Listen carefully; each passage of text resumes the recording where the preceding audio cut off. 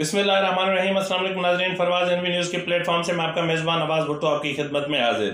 नाज़रीन, IMF programme को सबोताज करने की कोशिश करने वाले साबिक़ अपना वज़ीर ख़जाना शौकत तरीन और सेक्रेटरी ख़जाना पंजाब और साबिक़ वज़ीर ख़जाना खैबर पख्तूनख्वा को गिरफ्तार करने का असूली फैसला कर लिया गया है। और इस हवाले से जो इनकी फ़ोन कॉल्स लीक हुई थी, जिसमें शौकत तरीन ने तल्ख और सख्त ज़बान इस्तेमाल की थी, उस बुनियाद पर शौकत तरीन से जो तहकीकात की जा रही थी वो मुकम्मल हो चुकी है।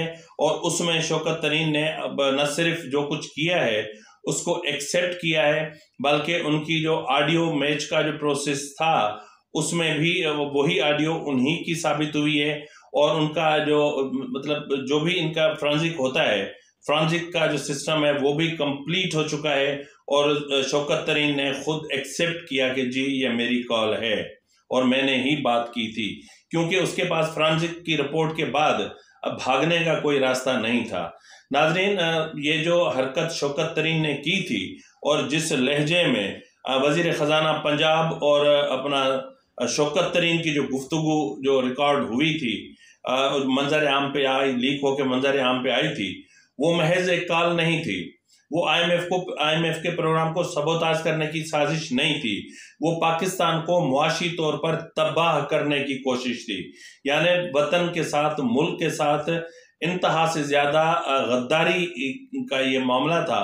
नाज़रीन, शौकत तरीन और वजीर ख़जाना पंजाब में जो बातचीत हुई थी वो जरा रिकॉर्ड का एक हिस्सा है, जरा आप मुलाहजा फरमा लें। इसमें शौकत तरीन गाली देता है, वो गाली क्या देता है जरा वो एक बार आप खुद मुलाहजा कर लें।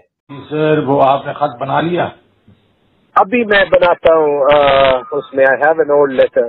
मैं रास्ते में असद कैसे अभी बना के आपको बना के उसके बीच में सबसे बड़ा जो पहला पॉइंट बना लेना आप, दूसरे तो आपने पहले बनाए वो बनाएंगे। जो फ्लड्स आए हैं इन्होंने पूरे उसका बेड़ा गर्क कर दिया है खैबर पख्तूनख्वा, तो हमें उसको रिहेबिलिटेशन के लिए बहुत पैसे चाहिए होंगे। हाँ जी, ठीक है ना।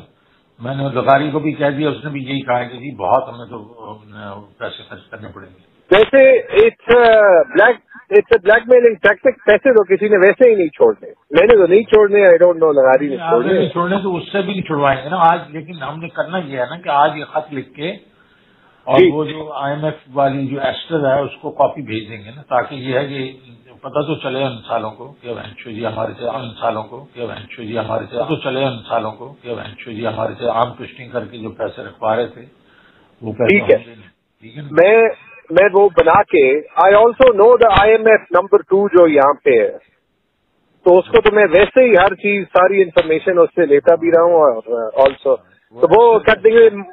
मुझे मोहसिन ने भी फोन किया था, I talk to him as well. और ये मैं आपके साथ, अच्छा, बोथ खान साहब and Mahmood Khan told me that वो कल की मीटिंग में कोई डिस्कस हुआ था that we should do a press conference together, but I don't know on what when.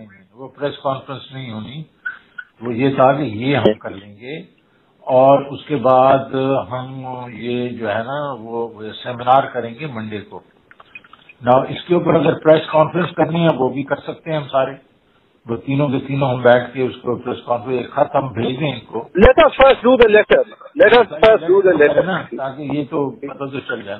ठीक है ना, ठीक है, ओके। नाज़रीन, आपको याद होगा कि सेक्रेटरी ख़जाना पंजाब ने कहा था कि जी अगर हम ये IMF को ये लेटर्स लिखते हैं तो इसके बाद हमारे मुल्क को कोई मसला तो नहीं होगा। मतलब शाबाश है कि उसके दिल में अपने मुल्क के लिए इतना तो था कि कहीं मेरे वतन को, मेरे मुल्क को कोई नुकसान तो नहीं पहुंचेगा। लेकिन ये है कि उसके जवाब में शौकत तरीन ने कहा था कि इन्होंने हमारे चेयरमैन की जिंदगी हराम कर रखी है, उनके खिलाफ मुकदमा बना रहे हैं और उनको गिरफ्तार करने की प्लानिंग कर रहे हैं।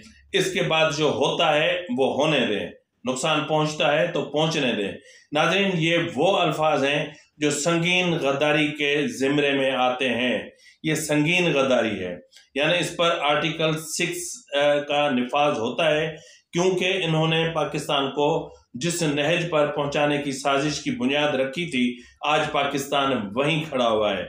यानी आज पाकिस्तान जो जिन माली मुश्किलात से जूझ रहा है और माशी तौर पर जहां खड़ा हुआ है, और इस वक्त जो हमारे सिचुएशन है वो इंतहाई तशवीशनाक है। तो बहरहाल इस वक्त जो है वो शौकत तरीन, क्योंकि वो सेनेटर हैं, तो उनकी गिरफ्तारी कोई आसान मामला नहीं होगा, और यकीनन फिर इसकी कड़ियां चूंकि इमरान खान से मिलती हैं, क्योंकि वो कह रहे हैं कि जी हमारे चेयरमैन का हुक्म है, यानी ये जो कॉल उन्होंने की है on the behalf of Imran Khan की है, क्योंकि पार्टी गाइडलाइन पे ही कॉल की गई थी।